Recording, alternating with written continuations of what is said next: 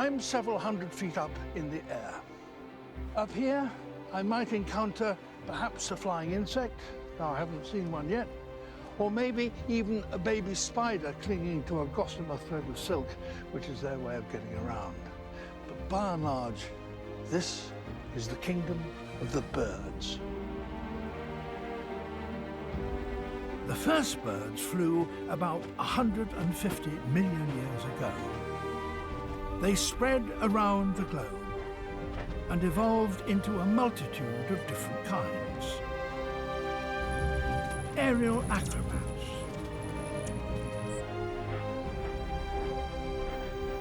stealthy hunters, and some of the fastest creatures on the planet. Their extraordinary skill enabled them to surpass Earth's original flyers, the insects. But there is a vast kingdom that the birds do not control, the night skies. These are ruled by very different creatures. Flying mammals, bats. And in one spectacular place, these two populations of the night and the day collide.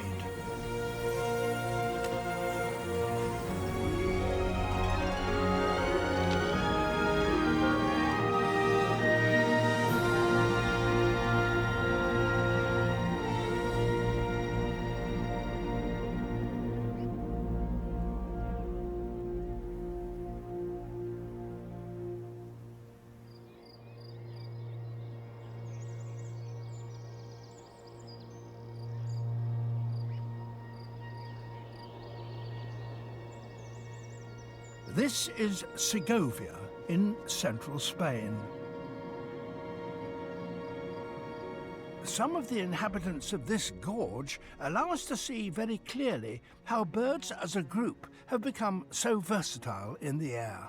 Through the ability to change the shape and the size of their basic flying mechanism, the wing. And there's a wonderful example of that just over here.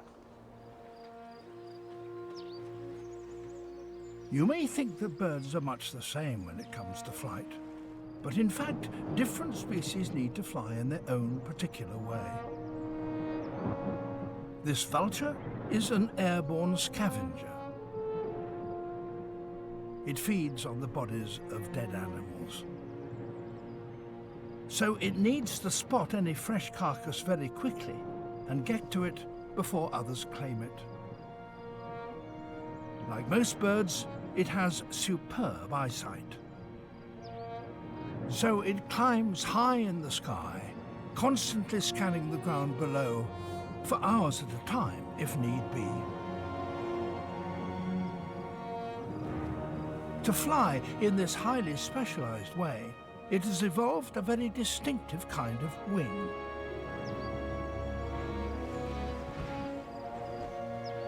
To get up close to some of the many vultures that live in this area, I'm visiting a place where they're regularly fed by conservationists.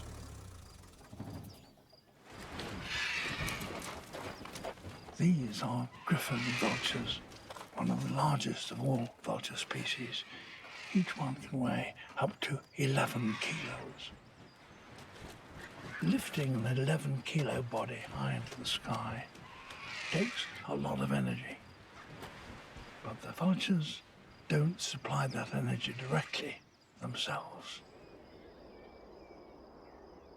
A clue of how they do so comes from observing their behavior at the start of the day.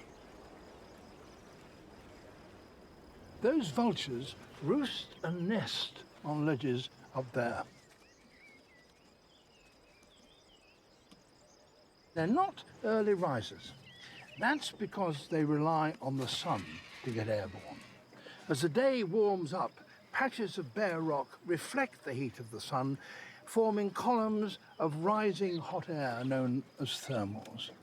And the vultures know exactly how to exploit those thermals to be carried high in the sky with the minimum of effort.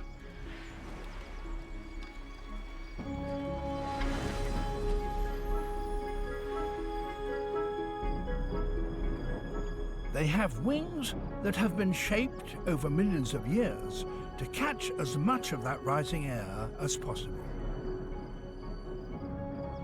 They're huge, very broad, with a span of over 2 meters.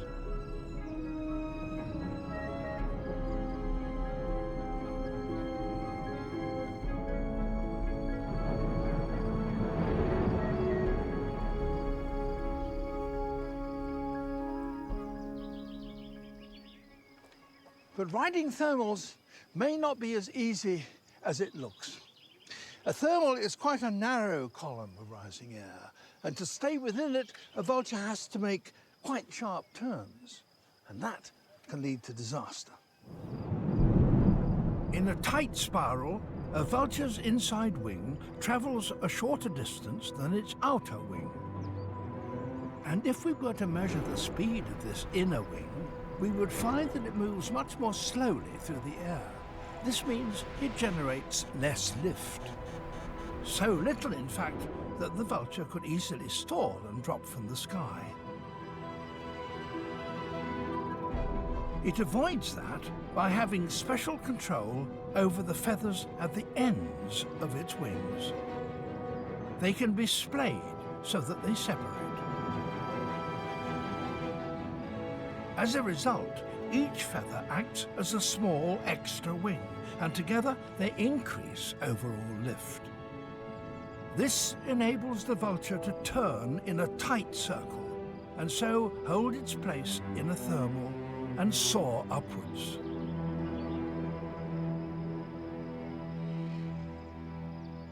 Using this technique, a vulture can climb to a height of 1 kilometre above the ground with scarcely a flap of its wings. And then, if it spots food down below, it can switch its flying technique and descend at speed.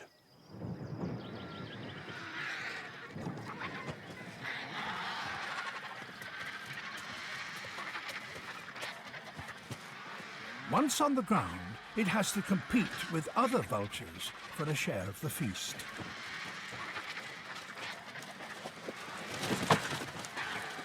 And now those broad wings are useful to help muscle out its rivals.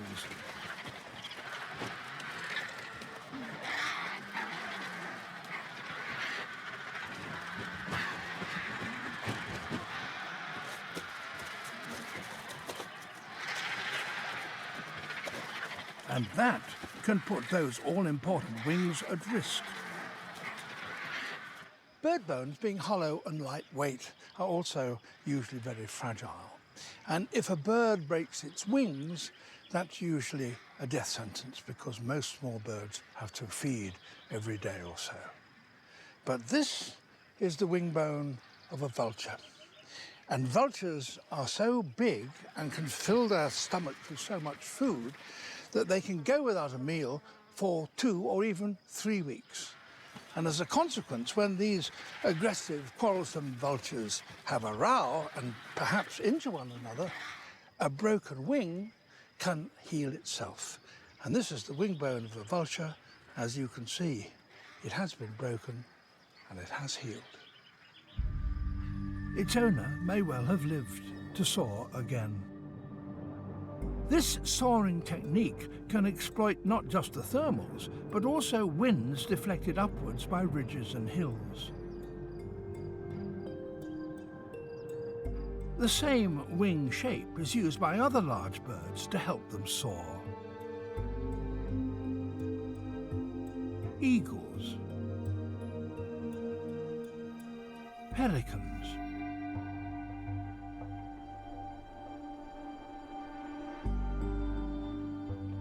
and a bird that makes an immense journey here to Spain every summer.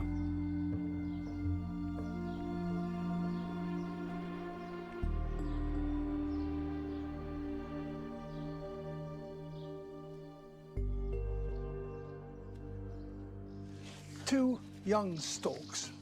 Their parents come here every year to this small town in northern Spain in order to mate and nest and rear their young all the way from Africa, some from as far south as the Cape, and they make that immense journey by finding a thermal, a column of rising air, circling in it, allowing it to carry them high into the sky, and then gliding off on the next stage of the journey to find another thermal to take them back up again.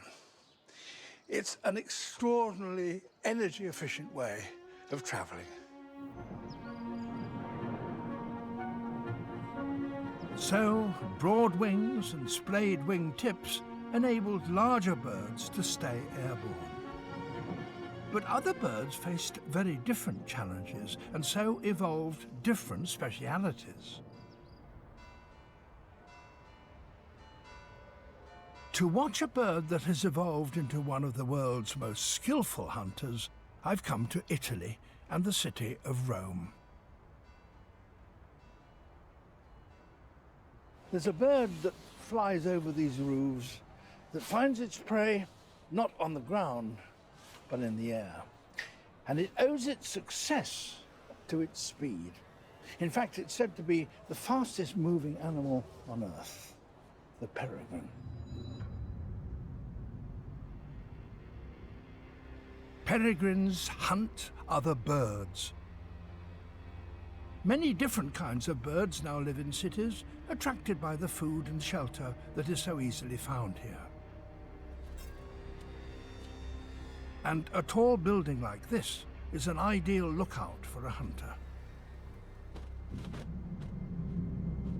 Flying prey can move in any direction it chooses, so a hunter has to be both fast and agile if it's to get a meal. A peregrine's wings have a very special shape. They're pointed and swept back. If wings have a blunt end, air will swirl over that end, forming trails of turbulence. These act like brakes, slowing a bird down. But pointed wings shrink that edge and so reduce the turbulence. Pulling the wings back towards the body makes the bird even more streamlined. And speed is crucial to a peregrine's success. It also has acute vision that enables it to spot prey over a mile away. And for the peregrines that hunt in Rome, these birds are prime targets. Starlings. They too are fast flyers, and their smaller size makes them even more maneuverable.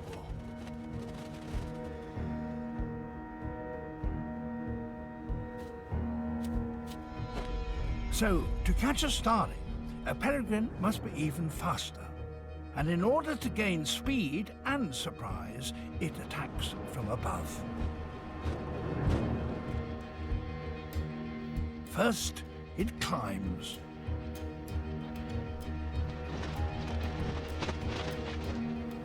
When it sees a group of its potential prey, it turns, dives, and accelerates by beating its wings.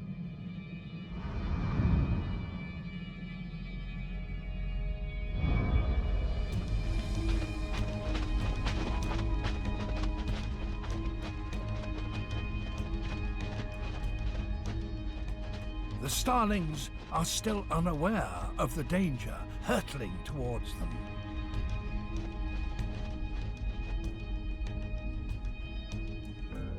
Finally, the peregrine draws its wings back.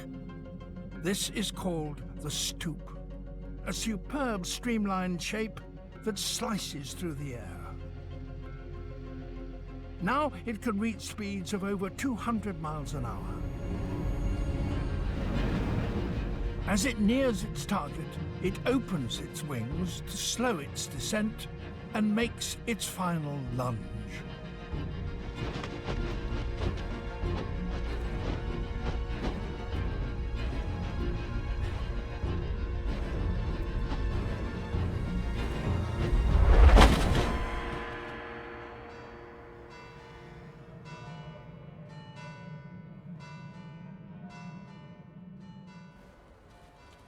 Starlings, in fact, are an abundant source of food for the peregrines. They come into the city in the winter, attracted no doubt by the warmth, in order to roost. Every evening at dusk, the starlings start to arrive. And they have a remarkable way of defending themselves against peregrines. One that relies on their ability to fly together in tight formations as a flock.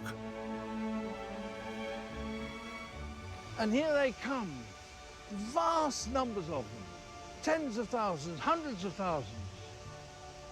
It's like a great black hailstorm, a blizzard of birds.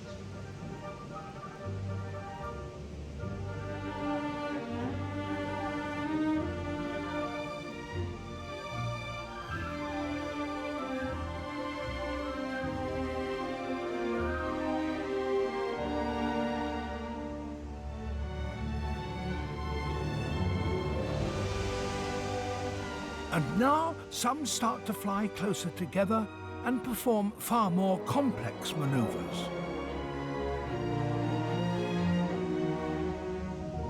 Look how these great flocks come together, form a cloud, veer away, then split. It's a quite extraordinary piece of aerial navigation.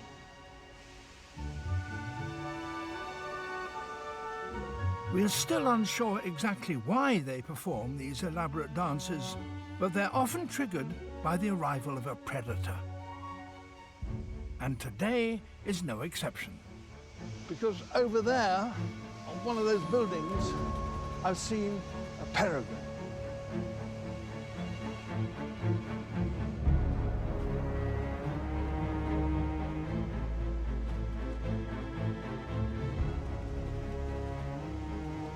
Coming in great numbers like this is in itself a defense, because if you're surrounded by tens of thousands of others, well, there's a good chance that the peregrine won't get you.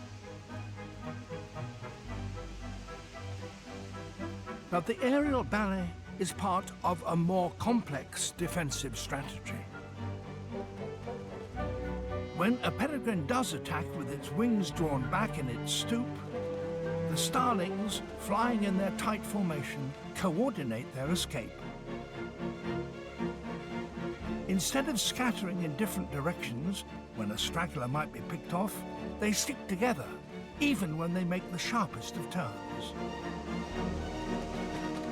Recent studies analysing the flight paths of these Roman flocks have now revealed how they manage to do this. Just how they achieved this was not understood until very recently. But now, a team of physicists from Sapienza University in Rome is beginning to find the answers. We see these huge flocks of birds dancing in front of us, and every time that you look at them, you wonder how it is possible that so many birds could behave as only one entity. They position a series of cameras along a rooftop overlooking a favourite starling roost site, just outside Rome's main railway station.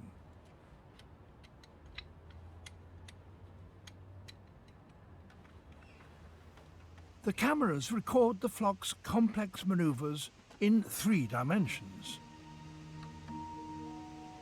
Questo qua sarebbe perfetto, questo è perfetto, bellissimo, perché? Bellissimo, però. Advanced computer software then locks on to the flight paths of thousands of individuals with extraordinary precision. Their painstaking work has produced a remarkable insight into how the starlings coordinate their behavior. The main result that we found is that each bird interacts with the 7 birds around it. Regardless of the distance between these birds, it is the key to have a stable flock. An individual starling is effectively linked to the 7 around it by an invisible web, even if they drift far apart. This is the hidden glue binding the flock together. But it may also act as a communication channel. A bird that turns to evade a predator triggers a ripple effect that passes rapidly through the overlapping networks, causing the whole flock to turn as one.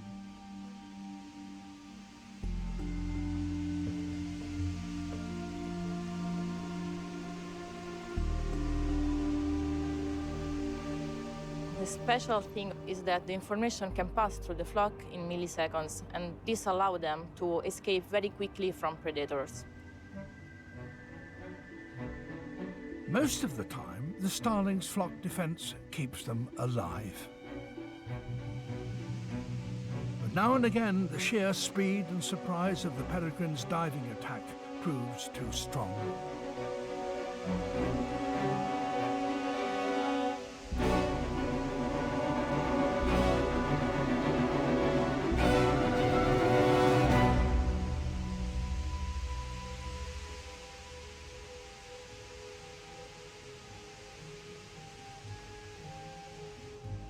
Out of the millions of starlings in the skies, only a few will fall prey to the peregrines tonight.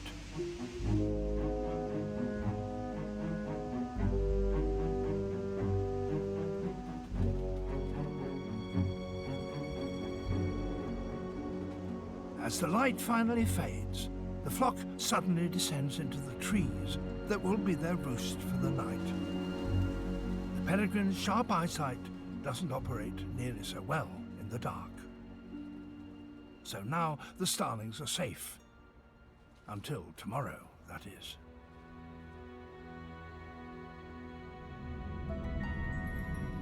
"6,000 miles away in South America, there are other birds with a very different skill. And they also find their food on the wing.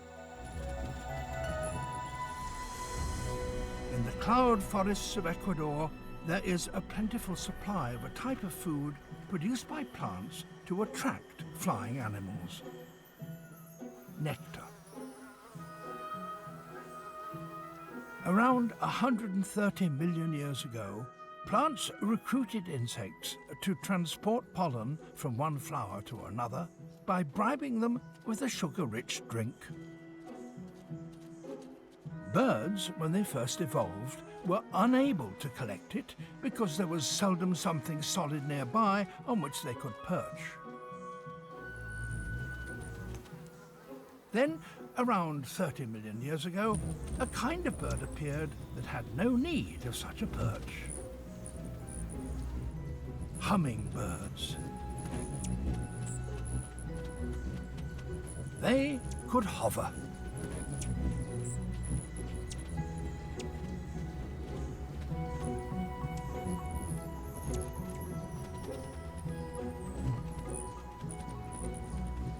They do so by beating their wings extremely swiftly, so fast, in fact, that they make a humming noise.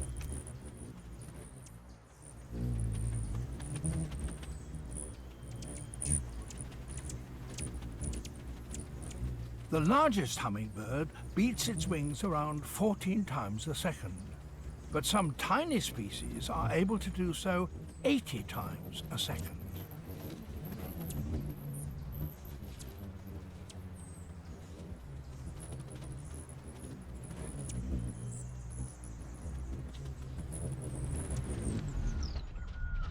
To fly in this extraordinary way, hummingbirds have changed the structure of their wings and the way they beat them.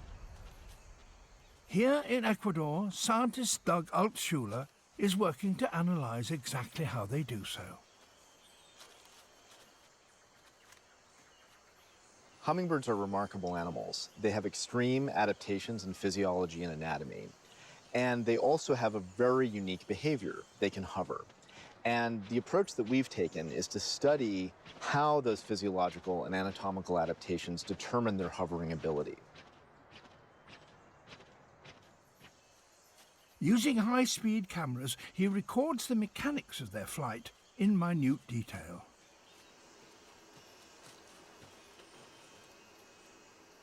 He can slow down the action by around 40 times, and so observe exactly what's taking place.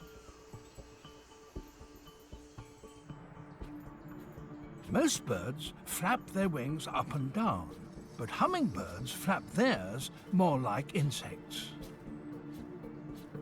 They twist their wings around between strokes and so can generate lift when flapping both forwards and backwards.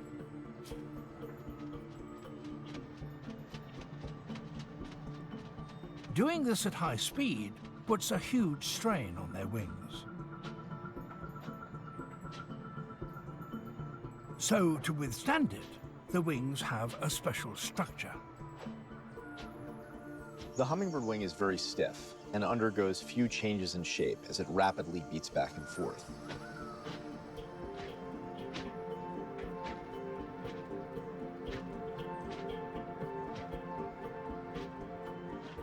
They owe this stiffness to a modification of the bones. The arm bones have shrunk, but the bones of the hand have elongated and support most of the wing surface. Twisting this wing at the shoulder and at the wrist produces the hummingbird's distinctive wing beat.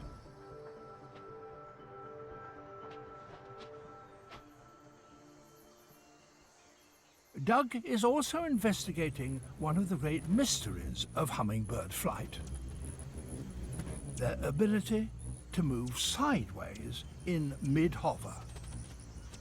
Hummingbirds are able to track flowers that are moving back and forth in the wind, and this was something I always wanted to know more about. To replicate the swaying motion of a flower, Doug places a reservoir of nectar on a mechanical slider. Before long, he has a volunteer.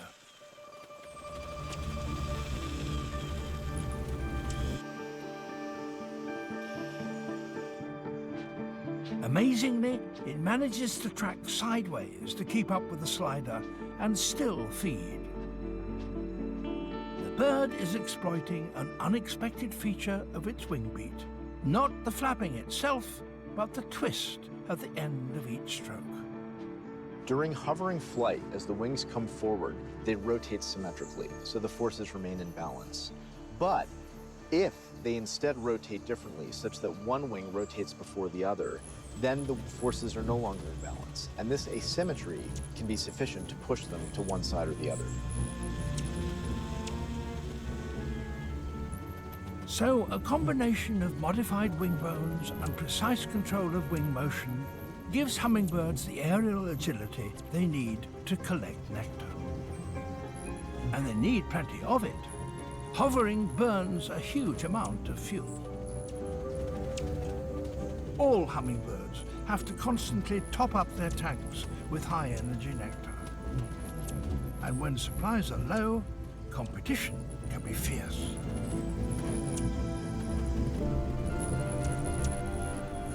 Now, their flying skills are put to a very different use: to fight off rivals.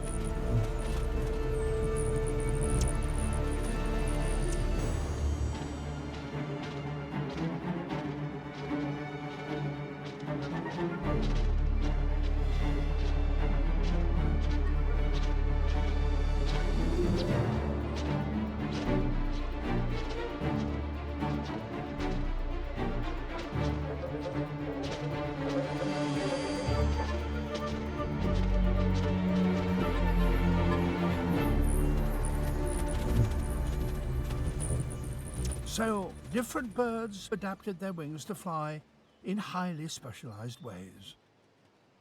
Some began to hunt the Earth's first flyers, the insects. And in that battle, there is now no real contest.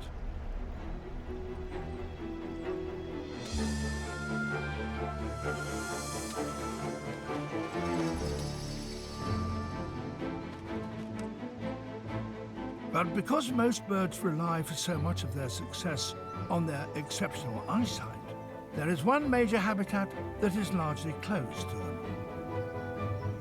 Not a place, but a time. The night. In the British countryside, however, there is a bird that can fly in the dark. A barn owl. And one of its favourite meals is a field mouse. But first it has to find it in the dark. A mouse is extremely alert to the approach of a predator.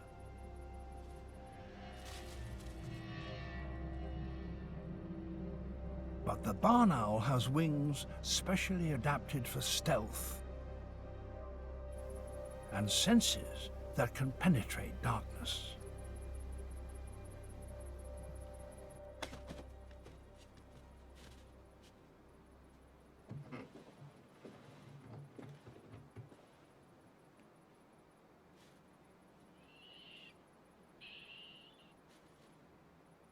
Its eyes are very sensitive in low light, but even if the mouse is out of sight, it's still not safe. The owl's hearing is also very acute. Those two discs on its face channel sound into its two ears, which are on a slightly different level on the head. And that difference enables the bird to pinpoint the source of the sound, whether it's in the air or down on the ground. But in order to hear that sound, its wing beats have to be very, very quiet. And the way it achieves that, we can see when it goes hunting.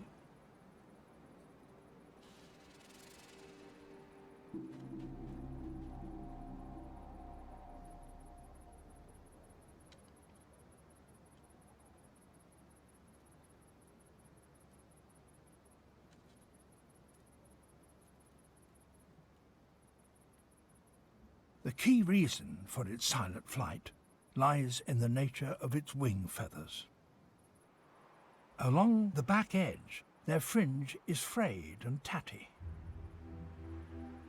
Most birds' wings have a hard edge, and this can cause quite a loud noise. The source is turbulence, produced when air flowing over the wing rubs against its surface.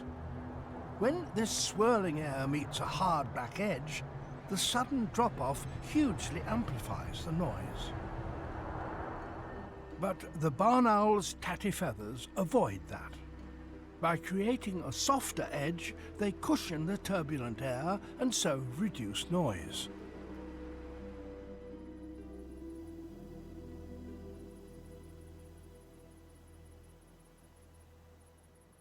So, silent flight allows the owl to hear its prey and conceals its approach. But to position itself for the kill, it needs to fly extremely slowly. And to achieve that, it has particularly broad wings.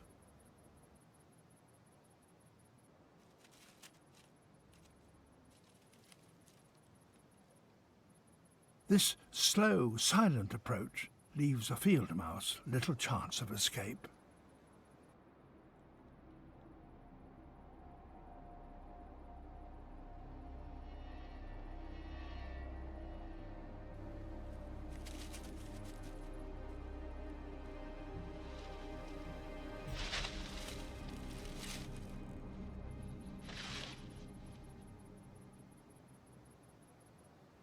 On nights when there is thick cloud or no moon, even an owl's sensitive eyes struggle.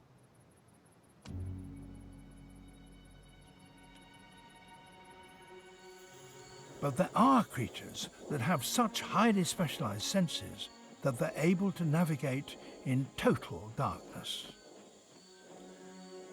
Among insects, there are some moths whose elaborate antennae are able to pick up the scent of food or a mate. And there are those nocturnal animals, the last group of flying creatures to appear on Earth, the bats. To see how they battle with the insects for dominance of the night skies, we're heading into the rainforests of Borneo.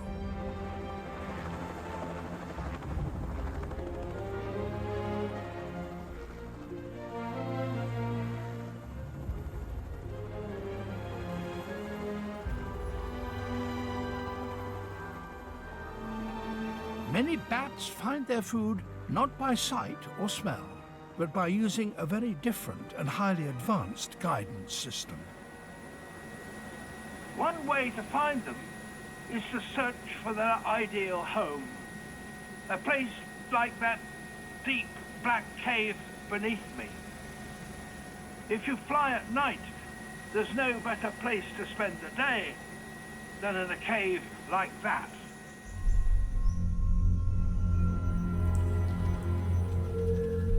This is Gomanton.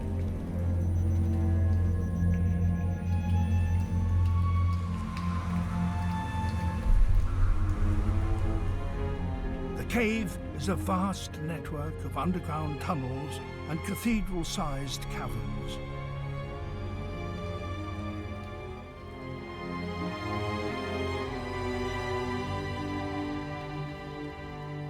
It was carved out by streams of water over millions of years.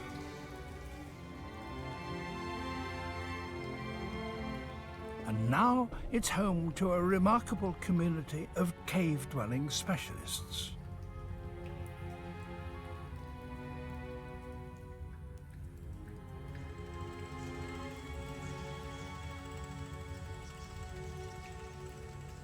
To find the creatures I'm looking for, I'm being winched high up towards the ceiling, where the towering walls make ideal roost sites for flying animals.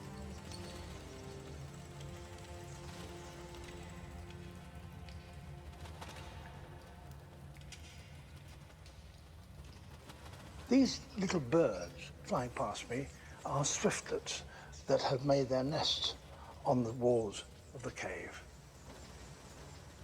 They are active during the day, and they leave the cave to hunt insects. The bats that I'm interested in are farther behind me in the semi-darkness, and they're asleep now during the day. The bats are scarcely the size of mice. Their wings are constructed with very long fingers, and they hang by their feet from the rock. Although there are few at the back there, deeper in this cave, they exist in huge numbers.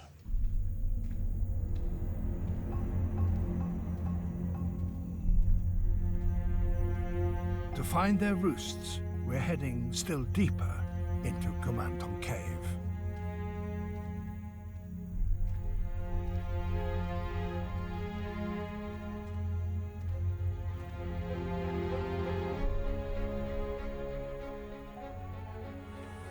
High on the rocky cave ceiling above me, hidden in the darkness, there are vast numbers of bats. You can get some idea of how many there must be because of this huge dune behind me. That's formed of their droppings. And if you see little moving glints on the surface, that comes from an army of cockroaches which are chewing their way through the bat droppings to extract the last particles of nutriment.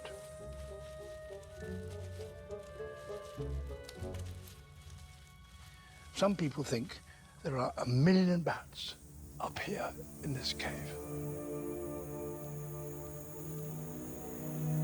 It's impossible to see them in the gloom. But special night vision cameras can reveal them. Densely packed crowds hanging from the ceiling.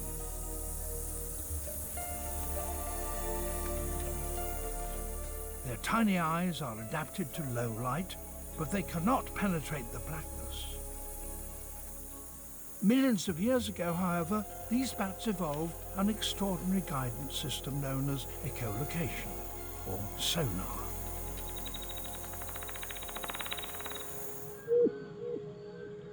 A bat produces extremely high-pitched sounds in its throat and then projects them forward.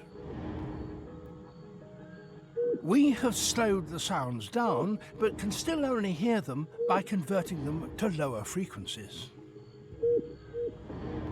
They bounce off the walls as echoes and are detected by the bat's huge ears. These are in constant movement and enable the bat to map its surroundings with remarkable precision.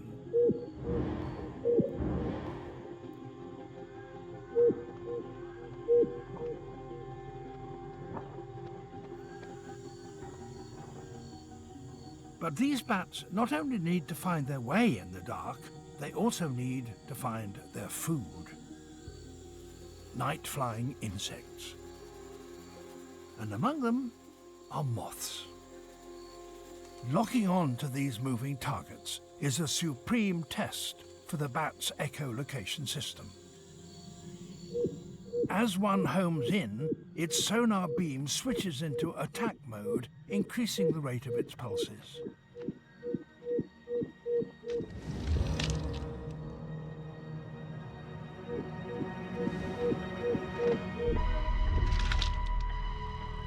This enables it to precisely pinpoint the location of its prey. But in the battle for the night skies, the bats don't have it all their own way. A team of scientists in Borneo is studying the way bats interact with their prey. First, they capture bats in a trap that uses thin wires to divert them into a pouch below. Oh, there he is. Nice. Beautiful. Yeah, he's gorgeous. Functioning through, yeah. Yeah. Oh, cool.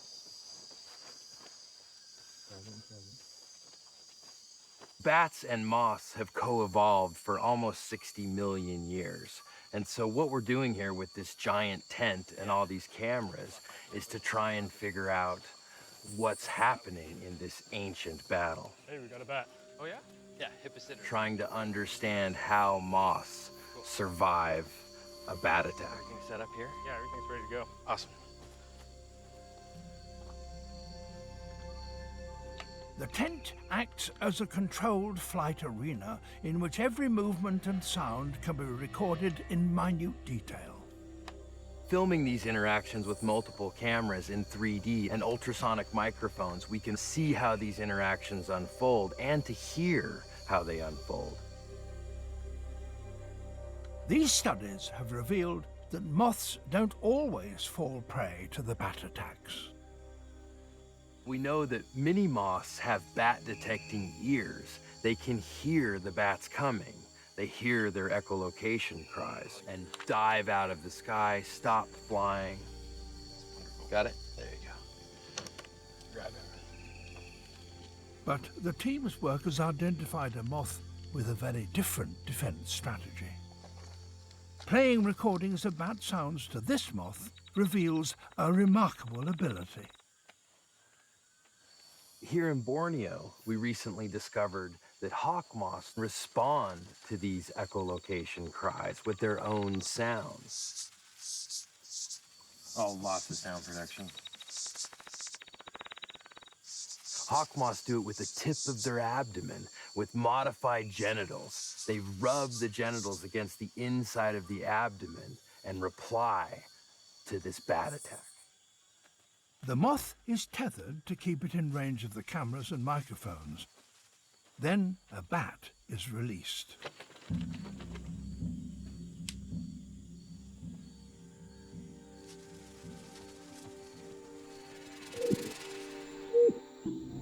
As the bat approaches the moth, its sonar pulse switches to attack mode.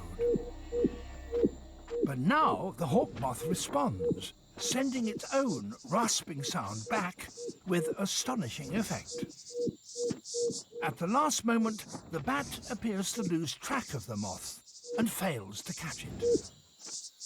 We've shown that these moth sounds actually jam the bat's sonar. They interfere with the returning echoes from the insect and causes the bat to miss the moth. The team has discovered that insects are fighting back in the ongoing battle for the night skies.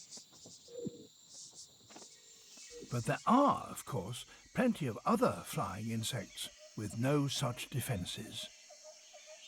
And they live in vast numbers in the forests outside Gomanton Cave. So every evening, as dusk arrives, the bats leave the safety of their secluded home to hunt.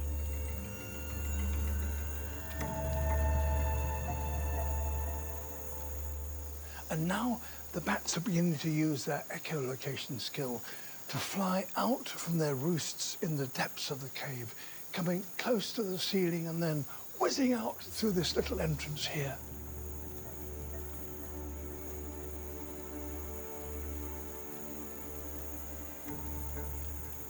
They don't collide with the roof, they don't collide with one another, or even with me. All through that little occasion. There they go.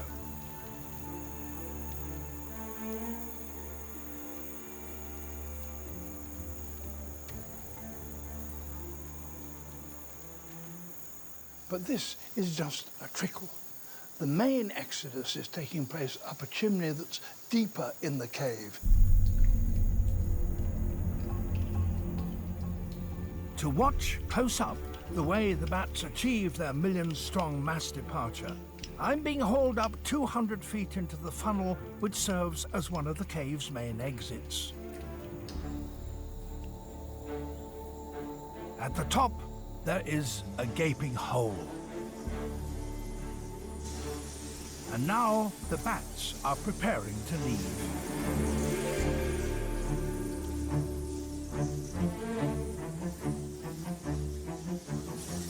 They've assembled in a relatively small chamber close to the exit and are flying round and round in a great swirling cloud, waiting for daylight to fade.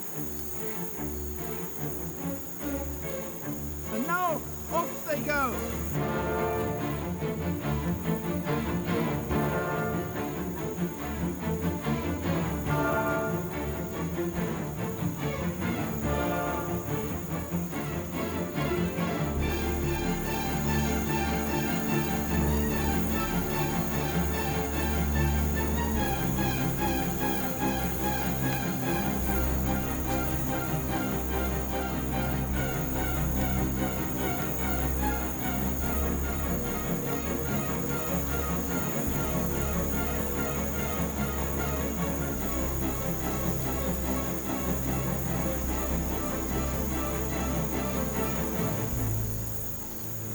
This brief hour of dusk is the moment when the two communities, the day flyers and the night flyers, may encounter one another in the air.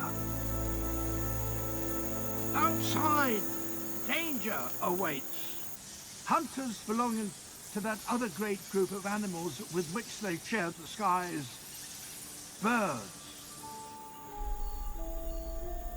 Hawks, eagles, and kites.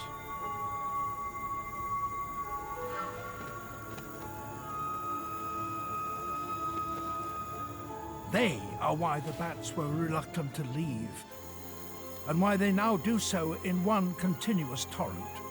There is safety in numbers. But some will pay the price.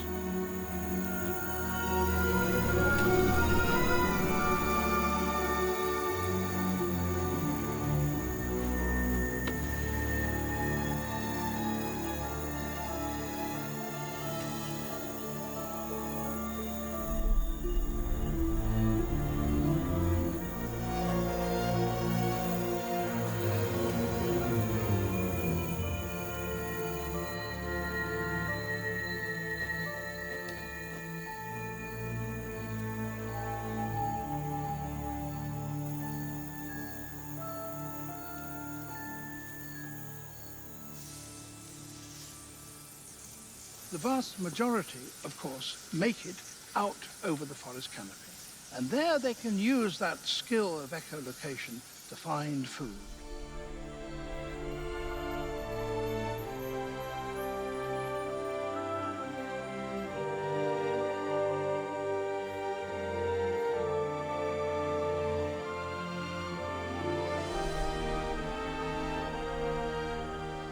The way that different animals have colonized the skies is surely one of the most remarkable stories in the natural world.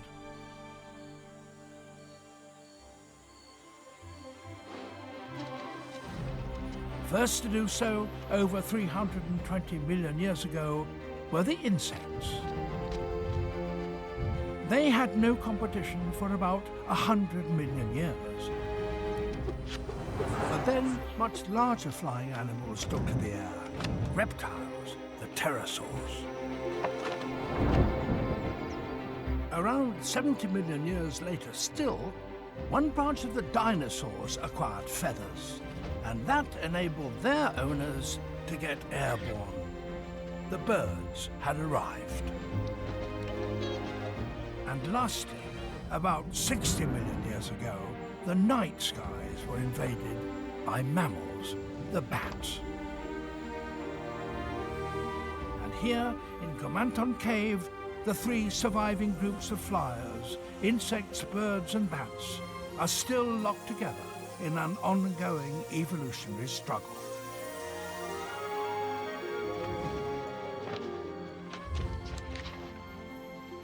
So the battle for the supremacy of the skies that started over 300 million years ago still continues every day around the world.